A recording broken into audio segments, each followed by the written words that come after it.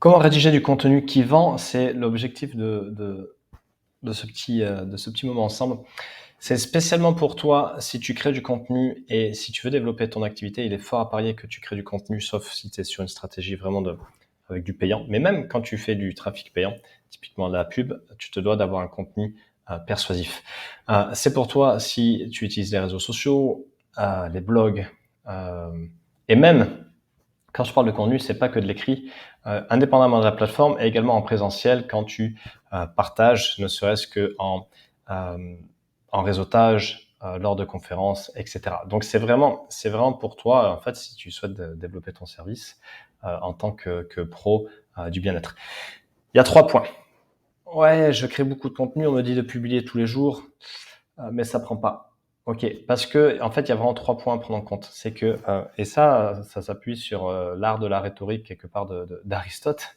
Euh, c'est qu'il y a vraiment 3 points à prendre en compte, chacun à son niveau. C'est d'abord c'est logos, ethos, pathos. Logique, éthique quelque part et le pathos. Si tu utilises ces 3 angles, c'est pas des angles, mais ces trois approches, forcément, mécaniquement, obligatoirement, ton contenu va être beaucoup plus percutant, beaucoup plus persuasif, avec beaucoup plus d'épaisseur. Pourquoi? Parce que tu vas appuyer sur les trois raisons, les trois leviers qui nous font prendre des décisions. D'abord, le logos, qu'est-ce que c'est? Tout simplement, mais le logos, ça va être tout ce qui est logos logique. Donc, ça va être la logique, le raisonnement, le factuel, la méthodologie, etc., etc. Et quel contenu tu peux créer avec cette logique-là? Dans cette logique-là, ça va être d'expliquer ta méthode. Ça va être de donner des chiffres. Ça va être de ça va être de donner des chiffres, donner du détail. Et ça va être... Là, on va vraiment activer la partie logique du cerveau. Okay, et imaginons, tu es un pro du service, peut-être que tu es énergéticien ou thérapeute ou quoi. Imaginons, tu es énergéticien. Voilà, tu peux très bien dire dans la logique, dans cette partie de logos, ok, les principes de l'énergétique. En quoi consiste l'énergétique? Ok, tu peux très bien expliquer que voilà, tout énergétique, ça a été prouvé scientifiquement que 99,999% de la matière n'est qu'énergie. Donc c'est pour ça que c'est important de travailler son énergie, d'en prendre soin, etc.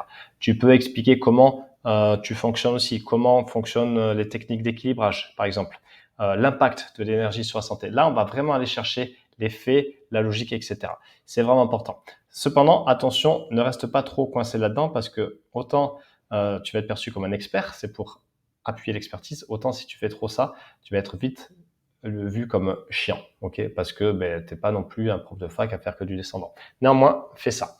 Ensuite, l'autre partie, tiens, j'ai plus la couleur en question, si elle est là.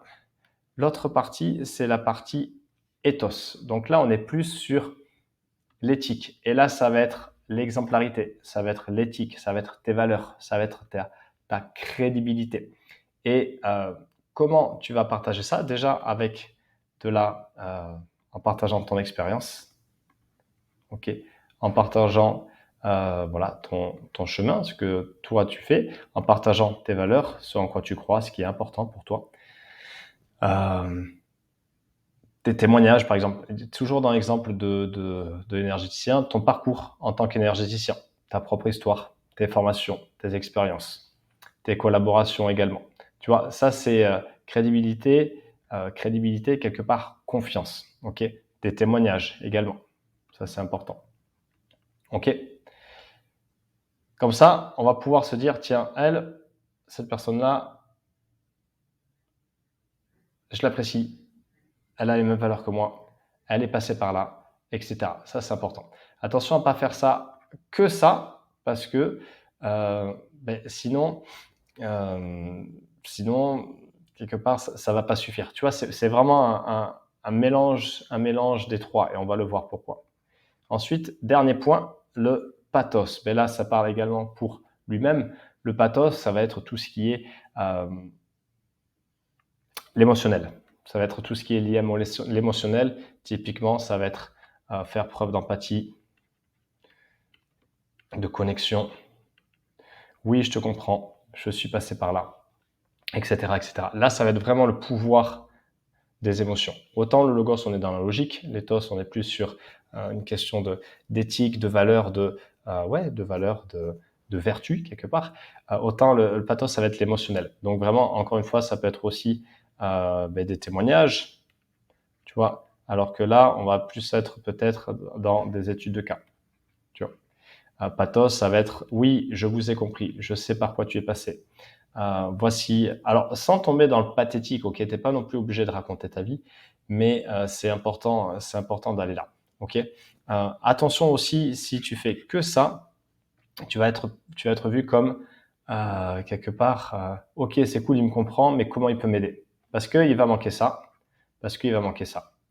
Et si t'es que là-dedans, c'est pas bon. Si t'es que là-dedans, c'est pas bon non plus, parce que quelque part, tu vas être le bon copain. Ah ouais, tu vas être inspirant, mais c'est tout. Ah ouais, lui, il m'inspire, mais ok, mais en fait, je sais pas comment il m'aider. Là, on va comprendre comment tu peux les aider, mais bon, il m'inspire pas trop, et puis alors, il ne connecte pas avec moi.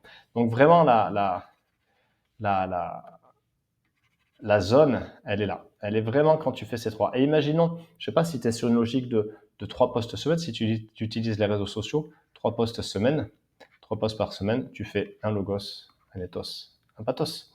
Et de temps en temps, une fois par semaine, tu parles de ton offre et tu la mets en avant avec un post un peu plus appuyé. Voilà comment rédiger du contenu qui vend de façon régulière et t'assurer que tu sais faire, tu as un plan en tête et là au moins ça te donne les bases.